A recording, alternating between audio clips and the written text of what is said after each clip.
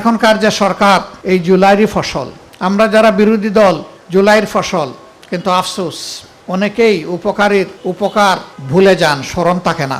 জুলাইকে নিয়ে অনেকে তুচ্ছ-তাচ্ছিল্য করছেন, আমি বলবো তারা ছোট লোক। তাদের আত্মসম্মান বোধ থাকলে জুলাইকে নিয়ে তুচ্ছ-তাচ্ছিল্য করার কোনো সুযোগ নেই। জুলাইয়ের আগে বাংলাদেশটা কেমন ছিল, আজকের এই আঙ্গিনাটা যেমন জুলাইয়ের আগে বাংলাদেশটাই তেমন ছিল। ছোপ ছোপ রক্ত আর খাড়ি খাড়ি লাশে ভরা ছিল বাংলাদেশ।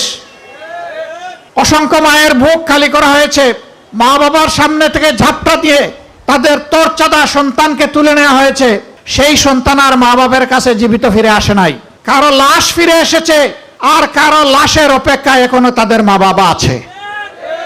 তারা এতটুকু সান্ত্বনা পেতে পারতেন যে আমার সন্তানের লাশটা অমুক জায়গায় আছে, তাও তারা জানেন না। এই স্মৃতিগুলো যারা ভুলে যায়, মানুষের এই ত্যাগ এবং অবদানকে যারা ভুলে যায়, মানবতার খাতায় তাদের নাম থাকা উচিত নয়। প্রিয় ছাত্র সুধী বন্ধুরা, 55টি বছর এক এক করে কেটে গেল স্বাধীনতার পর, এখনো আমরা হামাগুড়ি দিচ্ছি।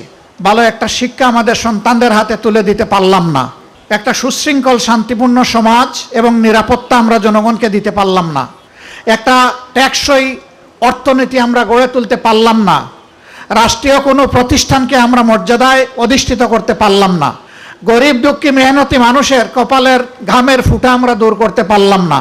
হাহাকার ক্লিষ্ট শ্রমিক সমাজের ন্যায্য পাওনাটা আমরা নিশ্চিত করতে পারলাম না। তাহলে আমরা পারলামটা কি?